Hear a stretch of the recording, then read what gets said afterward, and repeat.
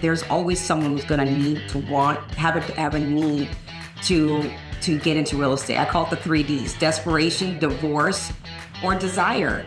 It makes it easier to make video and to do things when you're baking a cake and you're talking about interest rates. You know what I mean? Just put it together. And I made my mediocre behaviors look pretty. And then I nestled in that. Welcome to Signature Buzz, your fast-paced weekly real estate sales meeting.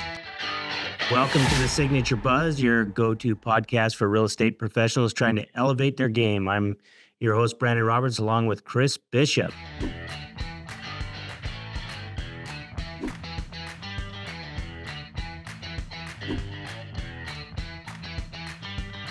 Chris, what'd you think of last week's show? You know, they just keep getting better and better. And every time I part one, I just can't believe how wonderful they are.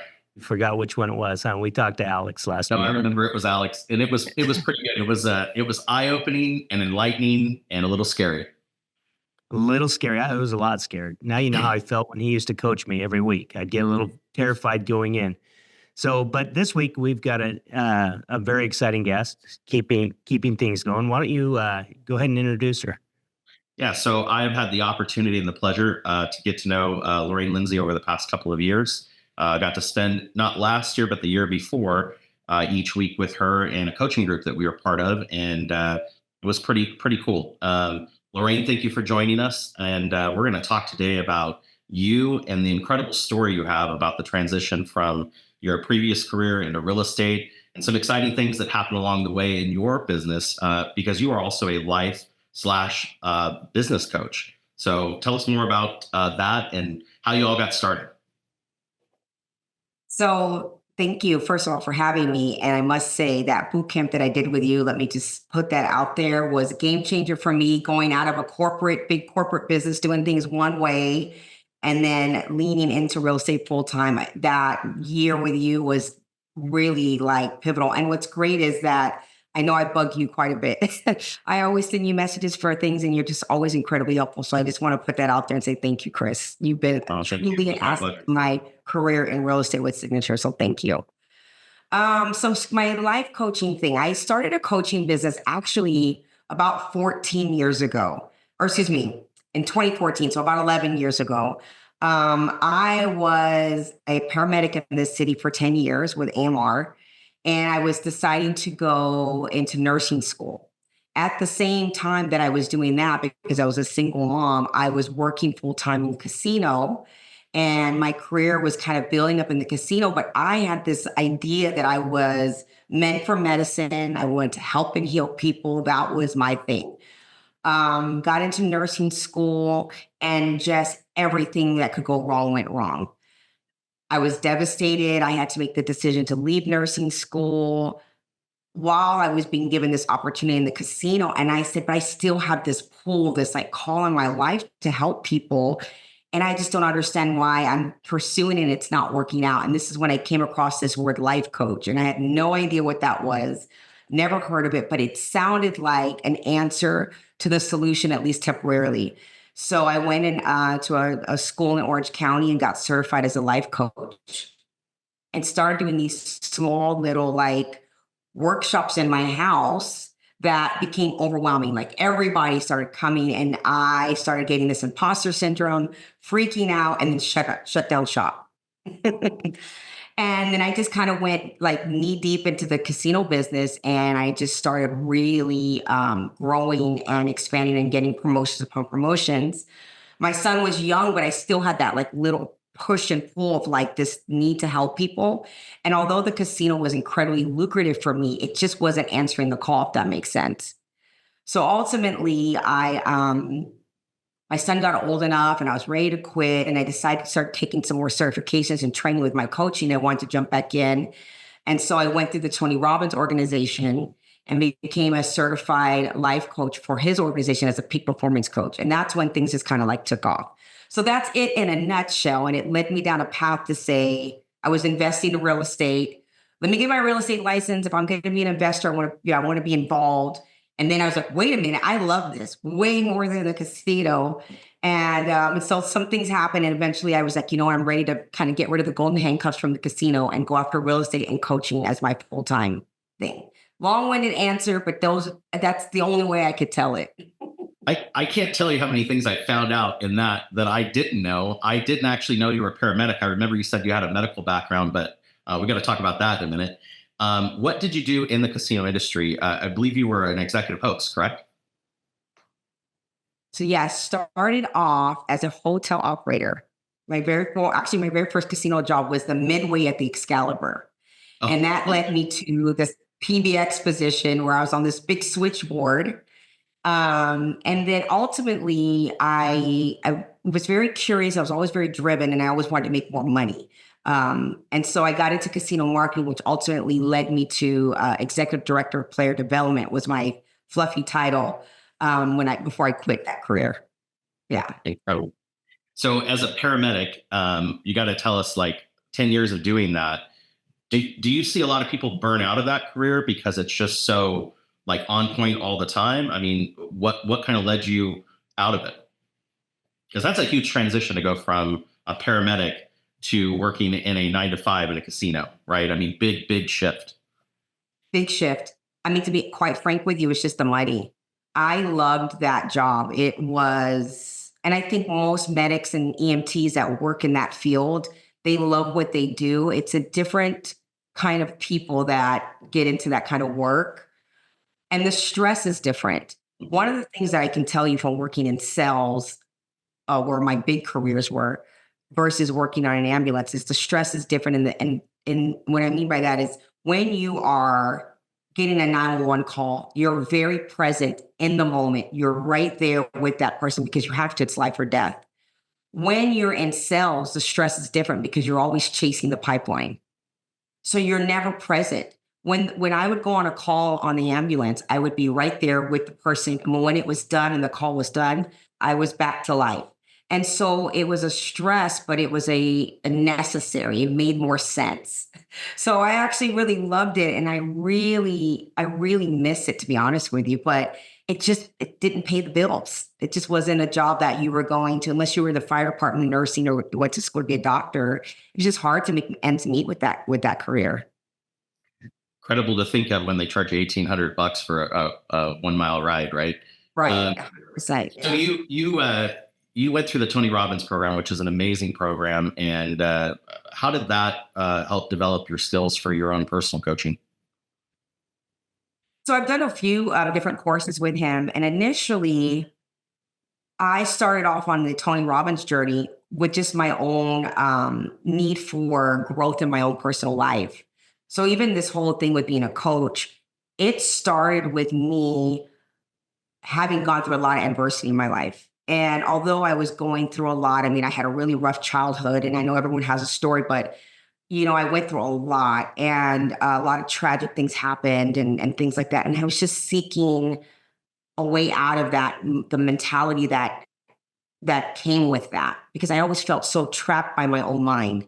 But I was curious enough to say, well, there's got to be a way out, because I've seen people, I've watched people change their lives. And so what I did is I just started seeking, and that led me down Tony Robbins' path, amongst other types of coaching modalities. And when I started applying the work to my life, there were significant changes.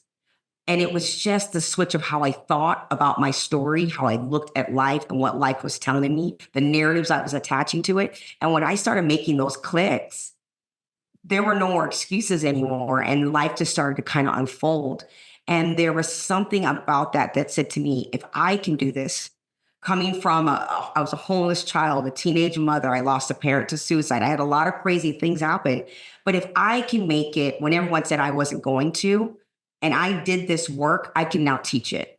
And so that's kind of what took me on that journey. When I went to Tony Robbins for my own personal self, it was so transformative that I was like, I can teach this. I can teach this to other people. So that's kind of how it all happened. That's incredible. So, and you think about all of this that you've been through and all of the experiences that you've had in your life. And then at the end of all of that, you decided to get your real estate license. So why? Why did sales pop up. Why did you transition into that? Why? So the casino is interesting in the types of people that it brings to and draws to, especially with the position I did. And I was humble enough to always take advice from people who were much more successful than me. And one of the things that some of the clients that I would work with in the casino would tell me is to buy real estate. And at the time, again, single mom, my purchase of a property was what paid for my son's college education. And I saw how powerful that was. So what I did is I got a property and then I accumulated another property. And at that time, these properties were just, there was so much equity, but I wanted to sell the property, but I didn't want to, here I am, Mrs. Know-it-all. I'm like, I don't want to just hand this over to an agent. I want my ear to the ground and know what the heck is going on. So I went to school for real estate, really initially just to liquidate property. She basically just said she didn't want to pay a commission, so she went and got the license herself. I heard that. Yeah, I mean, that too. It's a step up from the for sale by owner, though. Thank you. At least I was licensed for sale by owner. But when I started going to school for it, in the casino, I was transacting quite a bit. I mean, we're transacting these big deals. I mean, I was a headhunter for the casino. So I would bring in the biggest gamblers to my casino. And when you're dealing with players who have $1 million plus credit lines, we negotiate deals. We write contracts up with these guys. And yet I'm transacting or facilitating somebody's habit. And it doesn't always end well. And when I started learning about real estate, I was like, you mean to tell me that I could do a transaction and the other side of that transaction, a family has a home or an investor has an investment property? It just felt better. And then I loved how scalable it was. It wasn't limited to the biggest player that I can bring to Las Vegas. It's like, man, there's so many different ways that I could do this that I just got really intrigued. And so I told myself when I was already at that point ready to quit the casino, I was so burnt out. As glamorous as the job looked to everyone, I was burnt out. And I said, this would be a great transition. And I could grow this as big or keep it as small as I want. But I love the flexibility with it too, even though it's work. People think you get freedom. It's like, no, you don't get freedom. You might have some flexibility, but you got to work a lot harder to make this thing really, really work. So, but it's fun. That's how I got into it. Sorry, I'm long-winded. So tell us about the story that went along with your real estate career. So as I met you as you were transitioning from the casino industry, you were still working there, I think a little bit. You had started in real estate already. You'd already been here at Signature. And got to know you through that process. And along that way, you had some incredible success on your own podcast show that happened kind of over the course of time. Tell us that story and how that happened and what happened. Yeah, that was completely by accident. I think sometimes when you follow the things that you know that's in you to do, I think when it's authentic and you do it, it creates traction when you're being authentically you. And that includes anything. Even with real estate, I noticed that the more authentic I am with my approach to people, the more people want me to help them with their transactions. But with the podcast, it was literally a thing that when I was doing my coaching thing, some podcasts were kind of popping up and people were asking me to be on their podcast as a phone interview or what have you. Mm-hmm. And that led to a gentleman who said, you were one of the most watched episodes. Would you be interested in co-hosting? And at the time, it was just like a little Zoom kind of thing, And so I was like, okay, sure. And we just kind of had fun with it. And then it just kind of fizzled out just because he just wasn't as committed to it. Well, over COVID, of course, I'm like twiddling my thumbs, we're going on hikes. And I'm like, well, now's the time to do it. I might as well, And so I asked a couple of my girlfriends. We kind of had our little COVID family where we rotated houses, and that was the only social life we had. Yeah. And so the girls came to my house, and I literally put my iPhone up with some ridiculous lighting and a terrible microphone, and we just had cocktails and conversations, and that ultimately led to somebody seeing the show and saying, we'd love for you to come to our studio. I was literally doing this podcast thing as a means to get out a message that I had. And my whole thing was the whole mindset thing, going back to the Tony Robbins and this and that. I wanted people to hear normal people's stories of resilience. And so but it was a hobby. It was just something I was just doing to kind of blow off the steam and just share, not thinking that anybody would be watching. And then someone said, you have to start posting your content like on TikTok and on Instagram or whatnot. I don't know. I don't want people seeing me. It's so stupid. You get all that stuff plays in your head. It's silly. They're going to think it doesn't match with what I do. But I did it. And what ended up happening was I remember posting a video and going into the gym. And when I came out, my phone was on fire. It was just pinging like crazy. I'm like, what is going on? I opened it up and, within days, there was millions and millions of views on this video. And matter of fact, it was a story I told about an experience I had as a medic, but I tied it into mindset and it just took off. And that led my YouTube channel getting all these subscribers. And the next thing I know, people are calling me. Now all of a sudden I get this influx of people wanting coaching. I definitely put the cart before the horse, but it was a nice blessing. It was a nice problem to have. So that's kind of how it started, by accident. Right. Brandon and I can relate. Every time we go to the gym, our phone blows up too. But I mean combustion, not with people calling. We're outside our area. So, was it like the first video you put out there, or did you put a lot of videos out there before that one took off? Right. That's a great question. There were a lot of videos. The thing was, and I always tell people who want to do podcasts or anything like that, number one, be consistent every week. And I made time. There was a place that I went to 1 hour every single week. And this is while I was working in the casino. And I just plugged out that hour. And I was excited about the things I was talking about and the people I was talking to. But every week I did. And they're actually still up there if you like go on YouTube. And they're really bad. There's not like this great lighting and this great studio. But I just did it not because I needed to go viral or wanted to go viral. I did it because I felt really strong in the message I had and the reasons why I was doing it. So the why was never about the videos going viral. But as time went on, I started getting more and more views little by little by little. And then, like I said, then all of a sudden one took off, then another. And then next thing, it just became this thing where videos were going viral. And some of the things that I thought would catch more and people would be more interested in barely gets any views. And then all of a sudden I'll say something and then it just catches for some reason. So the period when it happens, when that video went viral, it's like you've become not only a local celebrity, but someone who's known around the country because people are all over watching this, not even around the world. I remember we were doing a MLS update or something like that, and we did it on YouTube. And I got a call from an agent like in Indiana asking me questions. I'm like, how the hell did you get my number? She goes, oh, I saw it on the video. For you, when you have something like that with millions and millions and millions of views, what happens? Like, what happened in your life because of that? Did other people take notice? You said you got coaching clients immediately from it. How did that all flow out? Initially, it was a little bizarre for me because I started getting recognized at places and I wasn't expecting that. And another thing that was really strange was people recognized me because of my voice. And I never paid attention to the sound of my voice at all.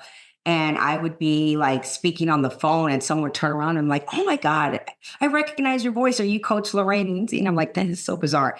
That was at first a little surreal for me. And then it got to the point where, especially when the video was really like circulating, it got to the point where I was a little uncomfortable going outside because it was so bizarre. I just wasn't expecting it at all. What was really fantastic about it was the opportunities that came because of that. The calls that I got, people in my inbox that wanted me to be on production stuff for documentaries, people wanting me to come and interview, which are things that are still like in the pipeline right now where there's contractual stuff, but people wanting me to do interviews, or I got bigger names started coming on my podcast to speak, people who had millions of followers and that type of thing. So there was a lot of like unique things that came from it. It did overwhelm me, to be honest with you. And I'm still figuring that all out because the cart came before the horse. I wasn't prepared for the amount of people that would start asking me to coach them. I just wasn't emotionally prepared for it. I wasn't logistically prepared. So that was a bit much.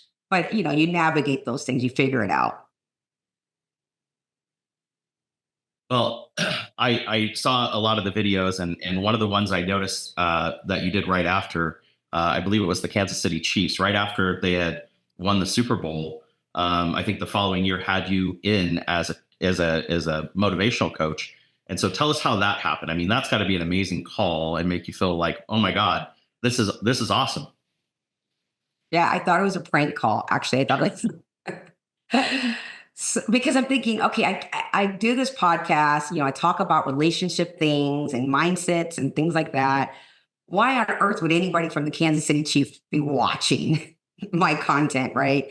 And this is again where for those who watch this who want to do a podcast for whatever reason, whether it's real estate, what have you, it doesn't matter. Don't overthink it. Just put yourself out there because you just never know. You strike a match with one person, it can set everything on fire, honestly. So with the Chiefs thing, it was an Instagram DM, and I don't normally check my Instagram messages because especially when things are going viral, it gets so many messages. I can't keep up. But for whatever reason, I saw this message and it's very professional. And the gentleman says, I work for the Kansas City Chiefs. I'm part of player development, ironically, which was my title in the casino.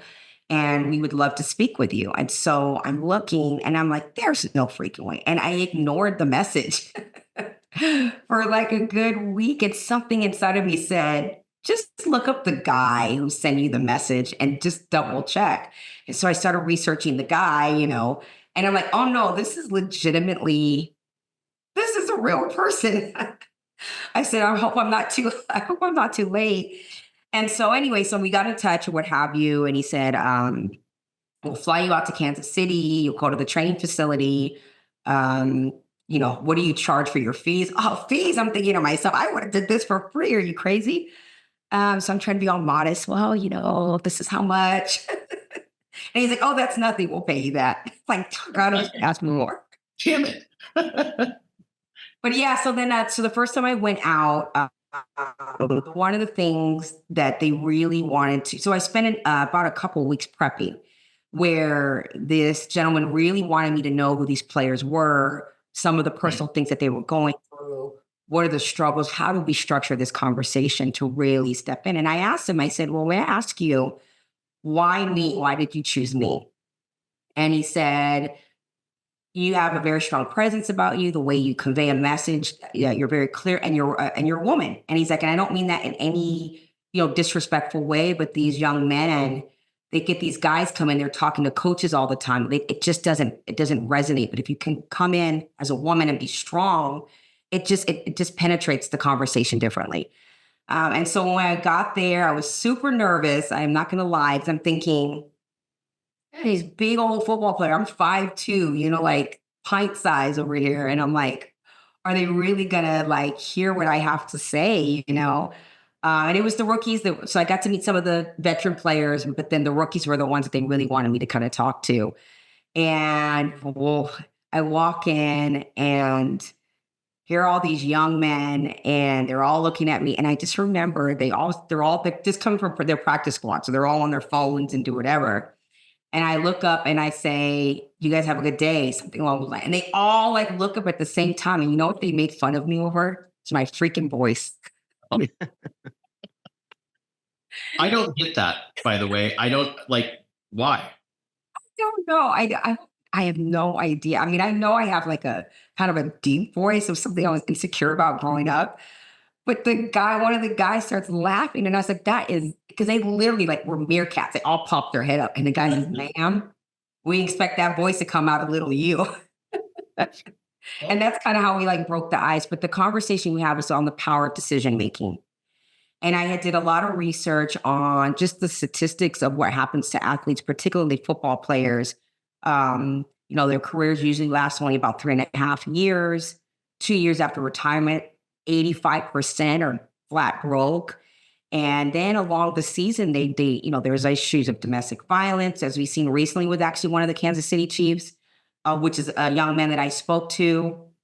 It's just like having those conversations real raw with them about decision making. And then when I came back the second time around, they actually asked me, so the rookies that made it into the squad that passed and were actually going to start the season, they did this big banquet for them, and they wanted me to come in and not only talk to the men again, but to talk to their parents and to really talk about what support looks like after your baby has made it. Like, how does that change, and the pressure that they get from everybody around them when they're trying to play the sport, and now they look like the rainmaker for the family. So it was really, really a wonderful, wonderful experience. You might just be responsible for their winning streak. You know, Uh, you're the one to blame. So, I mean, that's an incredible experience. And I know it was a lot of work to put that together to go out there and speak to him. And you mentioned you started getting bigger and bigger guests on your podcasts and stuff. Who's like your favorite guest or your favorite experience you've had or thing you've done because of this, and how did that develop? My favorite guest off the top of my head is Trent Shelton. He's written several books. He's a big powerhouse motivational speaker. And he was someone that I had been watching since the beginning of his career and was always incredibly inspired by him. And he just so happened I saw that he started watching my stories. And I'm like, oh my gosh, I can't believe this is like Trent Shelton watching. And I said, you know what? I'm just going to ask him. He may say no, he may say yes, but I'm just going to reach out and ask if he would be willing to come on the show. And he came.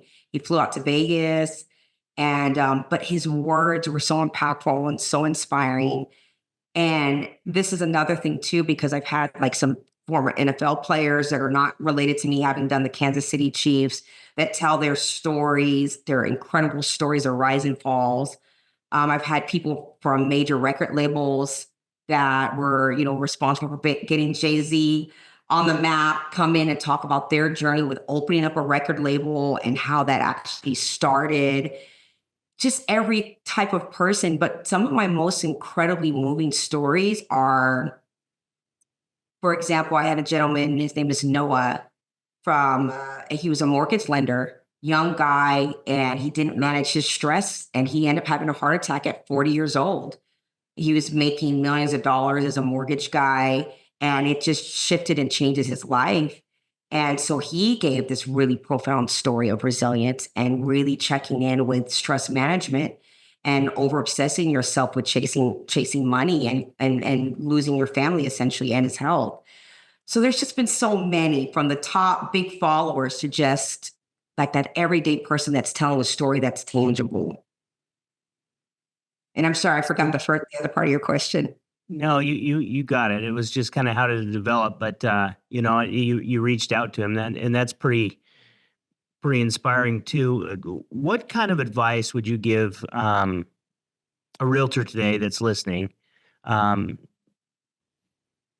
based on some of the lessons you've learned through developing this and your journey? What kind of message would you deliver to an agent trying to make it in this market today? Number one, I would say to always tap in with your compelling why.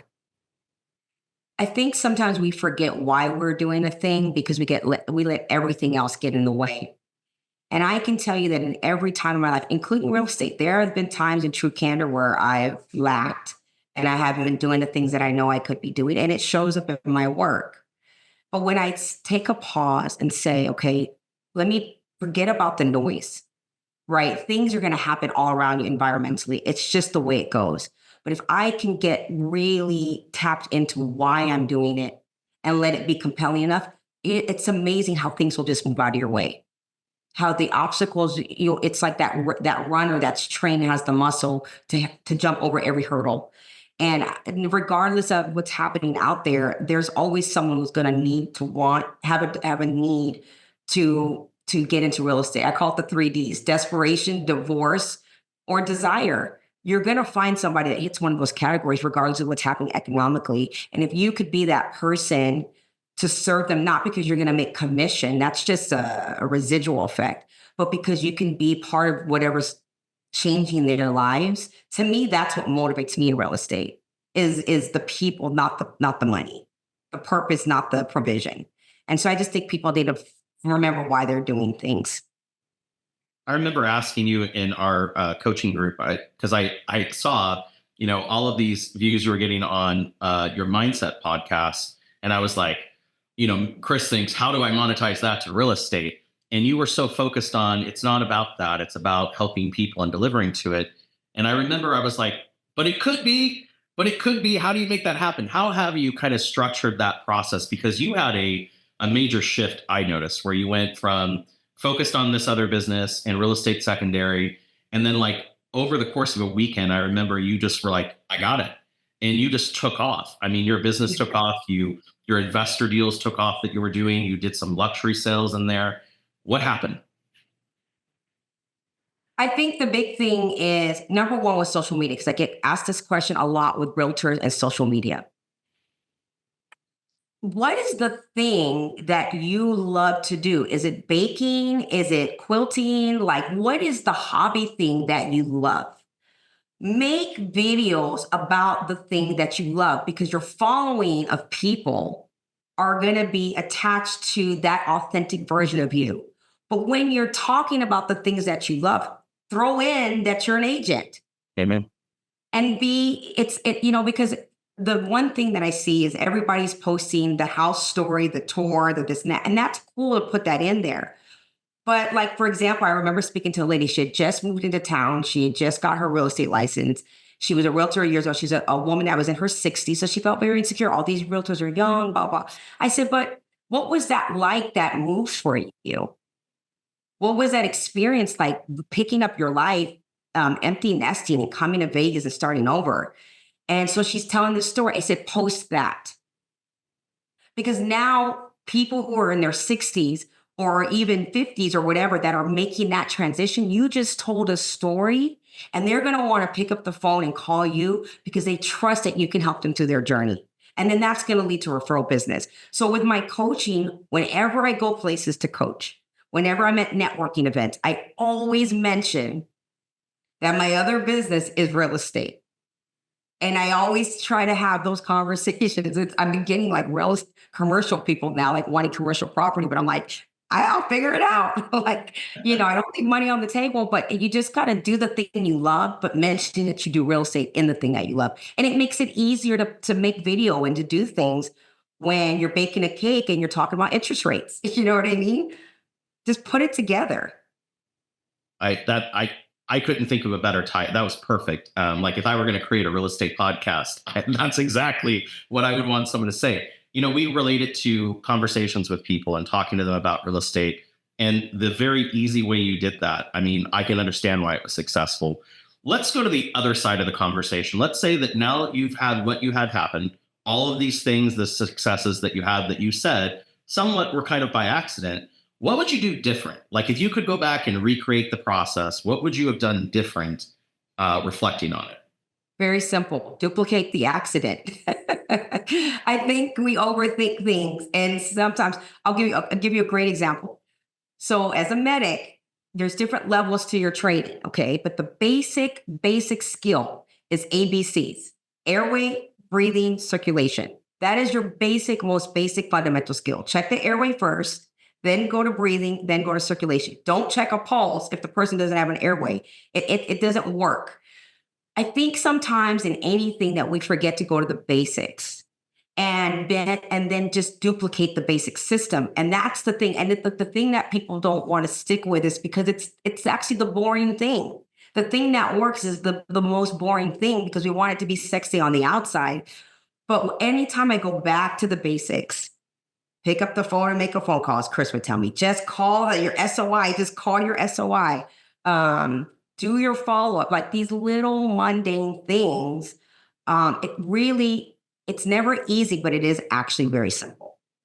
And I think that whenever, again, and I see it all the time, it's like if it's not, I know it's cliche to say, but if it isn't broken, Don't try to fix it. And a lot of times we get some momentum on what's working, and then we get sidetracked thinking we have to do something a little bit more sexy. And it's just, no, go back to the basic stuff because it works. And then another thing, if I can throw this little last bit in, for me personally, my biggest successes have always been through relationship building. That is the one thing that I have found to be incredibly helpful for my business. Even planting the seeds in real estate and getting that referral business, as you start to do the work more, the stronger you build those relationships, the more they remember you to refer you businesses. I think that's super important as well. So I don't know if you saw the podcast that we did with our agent Scott Steele in Salt Lake, but he had a different side of the story where he started YouTube videos about his marketplace, and just same thing. 18 months in, the video started kind of regular. He just him and a camera, and then he started adding, as he got more successful and as he got more attention and more views, and he became that local celebrity. He added in support systems, and where he went and hired a videographer, where he went and hired an assistant. What support systems have you now put in that are helping you now that you've grown into this image of a coach? That's actually a really good question, because I think a lot of things that stop people from doing it or starting is thinking they have to have it all done ahead of time. We think, oh my God, I need a videographer, I needed this, I needed that, but you really don't. I definitely have, a professional studio where I record now, but that wasn't me. I had my iPhone before. I definitely use one of the biggest things is to get an assistant when you need one. So my transaction coordinator, Miss Amy Bishop, she's my saving grace. I have to give shout out to your lovely wife, because she's my saving grace. So I think as your business gets along, you have to know and have a mindset or an awareness of when you're stretching yourself too thin.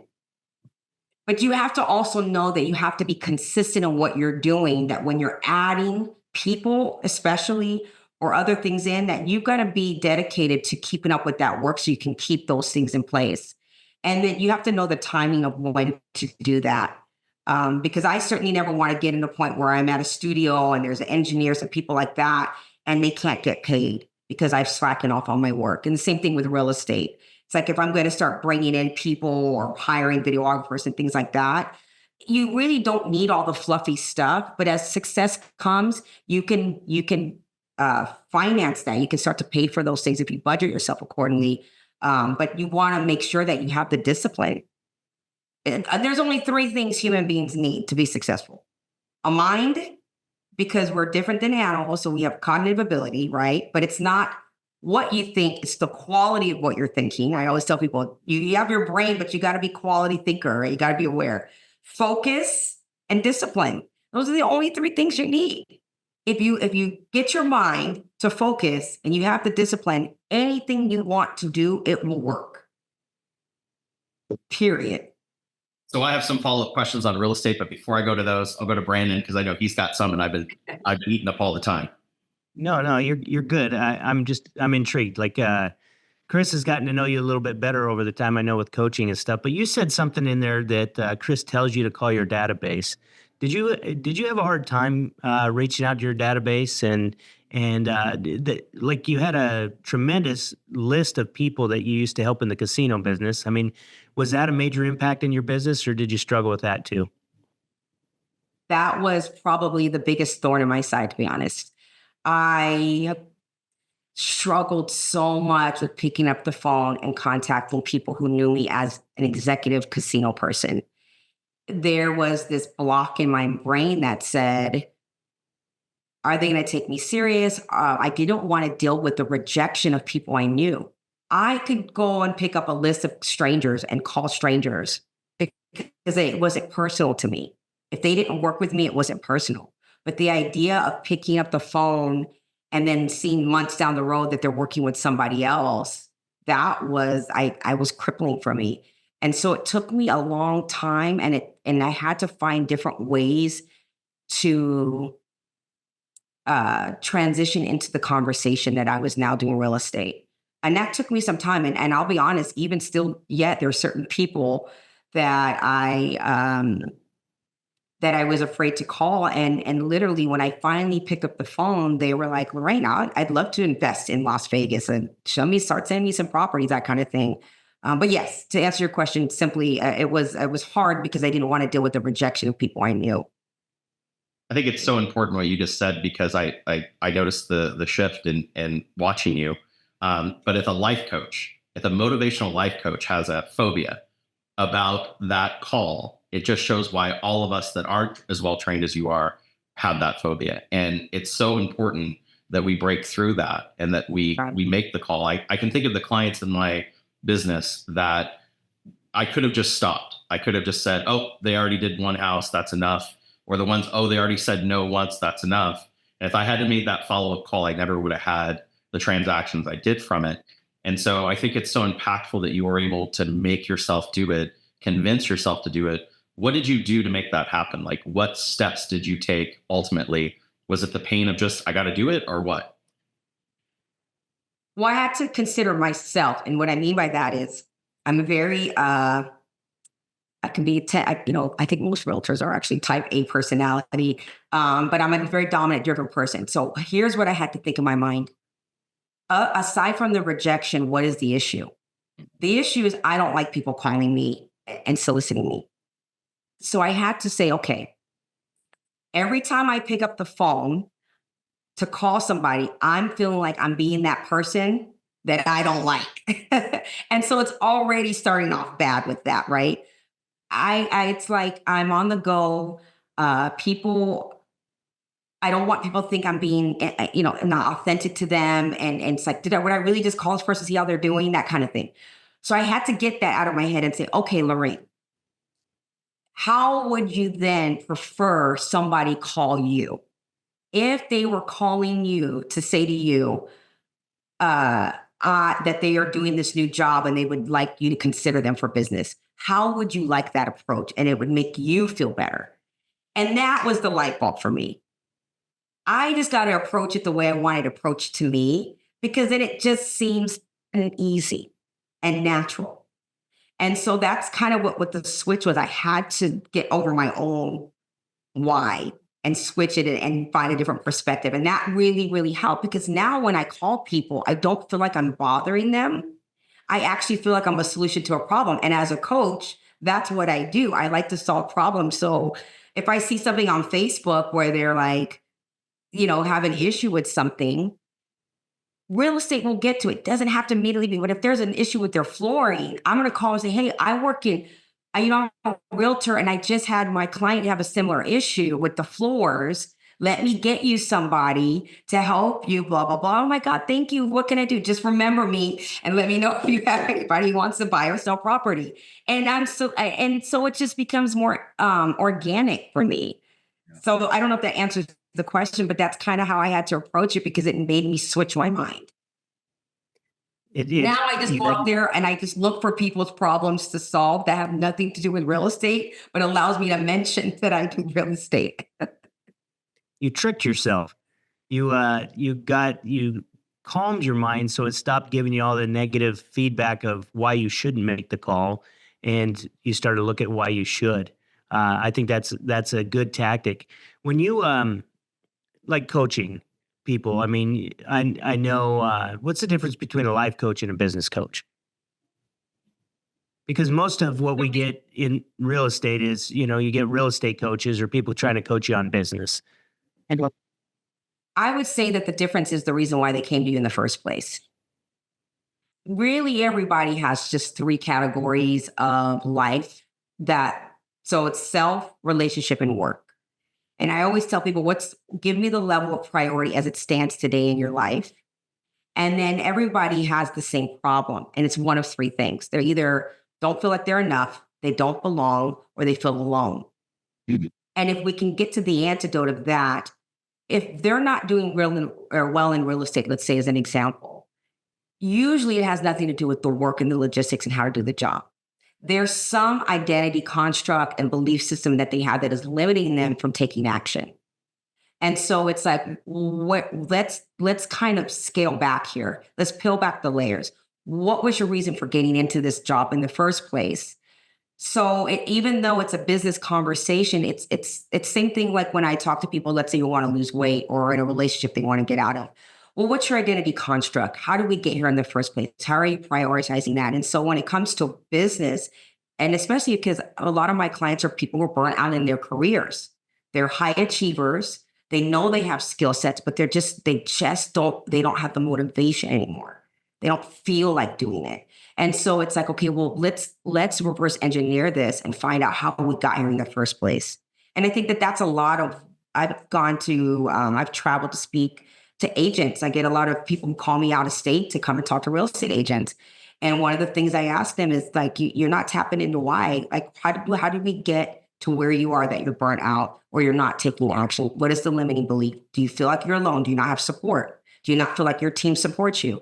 Is it that you don't feel like you belong? Do you not feel like you fit into your team? Or do you not feel like you're not? They're doing better than me. How can I ever be like them? Let's figure out that and get the antidote. And then you start to see people shift. I think it's incredible, the fact that it's not just about a skill set, it's about your mind. And I've seen exactly what you're talking about, where someone is great at what they do, but they lose the desire. And it's so hard to find that. They have to go through that self-exploration. I could absolutely understand why they need someone to coach them through it.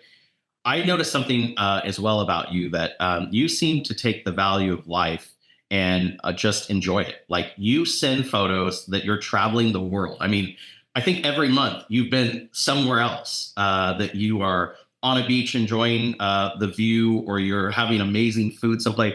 What leads you to those experiences? Because it reminds me of someone I just had on who that's their focal point. That's why they work.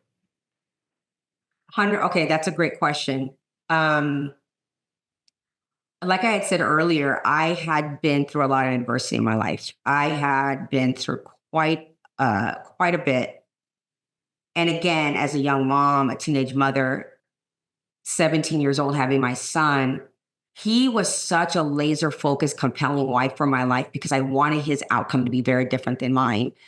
And I did that and I executed that, and I am taking my hat off to that. And I have, as a result, a very thriving son who is doing well. When that happened, when I saw that the sacrifices I made for my baby, for my young man, paid off where he had his own thriving life, I was like, now I'm going to do me. I have made the money to support a family. I've made the money to do all the things. And now, what is the thing that I want for my life? Do I have to work as hard? Do I have to grind as much as I used to? No, because I've made the kind of investments that I don't have to do that kind of thing.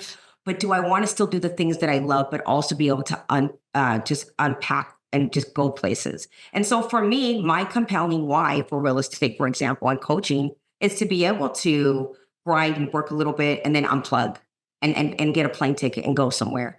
And that's what motivates me. And that's what moves me. And I do it at the level that I want, knowing that if I want to increase that or shrink it down, I can do that because I've got that flexibility. But it's very, very important at this season in my life to just be free and do the things, maybe not as much as I would like, but enough to reset. And a lot of my travel is a reset for me, because coaching, I don't care if you're a certified coach or a realtor, you're a coach, okay? You're talking to people off of a lot of proverbial ledges all the time in both worlds. And that can be very overstimulating sometimes. It can be very overwhelming, especially for my personality. I'm very much of an empath. So I need those moments of just being around nature, being around water, and literally unplugging. I mean, last year I went 30 days to Spain by myself, foreign country where I couldn't really, whatever. I just journaled and meditated and just unplugged. But when I came back, I was like, I got to come back swinging. I took a month off. You got to pay for that. So, yeah. So, a couple of last questions I have, and this one is, I think, pretty impactful. It's one thing to say I'm a successful coach. You are a successful coach who has coached amazing people, and you're in high demand. And yet, when you got into real estate, you said, "Hey, I need some help. I need a coach." And I think that that is the true sign of a motivated, successful person, is that it doesn't matter how big your success gets. There's always another place you can go. and there's always more business you can do, and always self-improvement you can have. And there's always someone who can help you do it. How do you maintain that humility, and how can others learn from that? Because I think that's a big issue we have with real estate agents is they say, well, I'm successful, I don't need any help. I'll just keep trying to figure it out on my own. And they really do. What's your suggestion for them? Well, I think that anybody who says that is not being honest, number one. I think a lot of people have a facade and want to look successful. But again, that is one of those three pillars that's struggling with not being enough and trying to pretend like you are. And I feel like I know that my greatest potential is still in me. You know what I mean? And that is not a journey that I could take alone. And just like me coaching other people, I'm coaching somebody who is maybe 5 years or 10 years who I was before, if that makes sense. The same thing in anything that you get into. I'm maybe, 8 years into real estate, but there's someone who's 20 years in. You can't tell me that that person can't lend me some nuggets and some inspiration and some everything above. And I feel like when people really, really, really want to be successful, however they define that, you have to invest in yourself. And to me, my idea of investing in myself is to seek guidance and mentorship and coaching from other people to give me perspectives and different ways of doing things. And for me, I have such an appetite for it. I think it's such an incredible part of growing in life. There is nothing, it's not even a matter of humility to me. It's just like, there's just people, no matter who they are, that have something to offer you unique to yourself. And it's like, why wouldn't you want to explore that? It just expands you, gives you different ways to look at life, I don't know. For me, it's just an organic thing. I just have an appetite for it. I think if you're not growing, you're dying. And you can't grow just because you think you know everything. There's a capacity there, Yep. So anyways, that's my long-winded answer again. I think it was perfect. The whole thing was perfect. So it reminds me of the plateauing effect, that there's always a way that you can break through to the next ceiling if you're willing to push yourself and to grow as a person. And I think many times about the agents that I work with and the agents I've worked with in the past, where it wasn't, their ability, it was their mindset. And it's something you need to protect with everything you can, because it's very easy to break down someone's mindset and very easy for them to take things personally. And I've seen agents go from $1 million producers completely out of the business because of the shift in their mindset. And Right. the fact that people are out there just like you that are able to help them through that, fantastic. Brandon? And I do want to say this real quick, if you don't mind, to the people who are listening out there. One of the other things that I think I've noticed, especially in real estate, because coming out of the casino business and then being around realtors, my mind sees things very differently. But one of the things that I do want to say for realtors out there is that sometimes we're pretending to be successful because we're intimidated.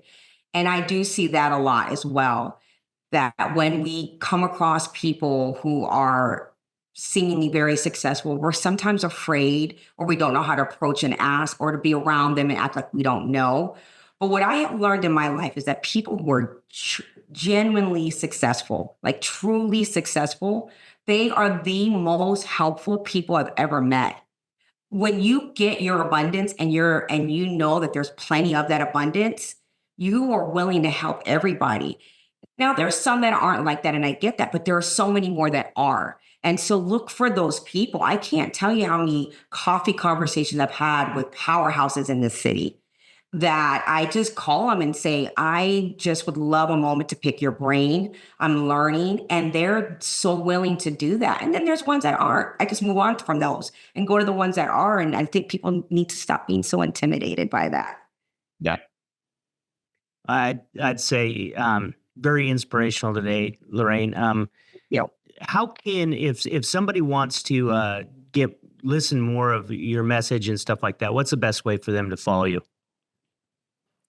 My podcast is on YouTube. So Lorraine Lindsay Podcast is the name of the podcast. And then all of my social media handles, other than my real estate, is at Coach Lorraine Lindsay. So you could see little clips here and there. My season's starting back up, and it's the season of healing, moving forward, making decisions of healthy boundaries. We're kind of touching on those topics right now. So love for you guys to tune in.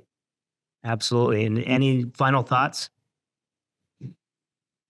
Yeah, I just want to say to everybody out there that is doing real estate, no matter where you are, no matter what's going on in your life. Again, I know no matter, I was really successful being mediocre. And I made my mediocre behaviors look pretty. And then I nestled in that.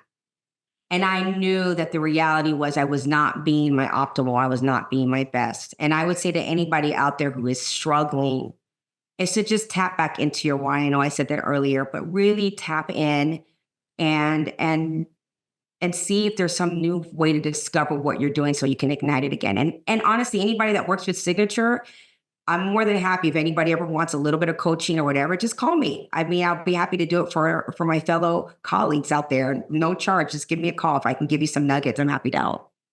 Awesome. Oh, your phone's going to blow up just like the gym. How about you, Chris? Anything else? No, it was so enlightening, and it's been such a pleasure. And I don't know what they're talking about with your voice. I love it. It's very calming to me. But it's been a great to see your transition in real estate, the success that you built from it. And it's really nice to see you enjoy it. I'm always shocked by the stories that I find out and the things I find out when you really peel back the curtain behind somebody, and you're proof that it doesn't matter how it starts. It just matters how it finishes. And you've done amazing with it, and you'll continue to do so. We know it. So thank you again for your time today. Yeah, well said. Guys. Yeah, and thanks everyone for listening. And remember, we're always affirming your success. Have a great week.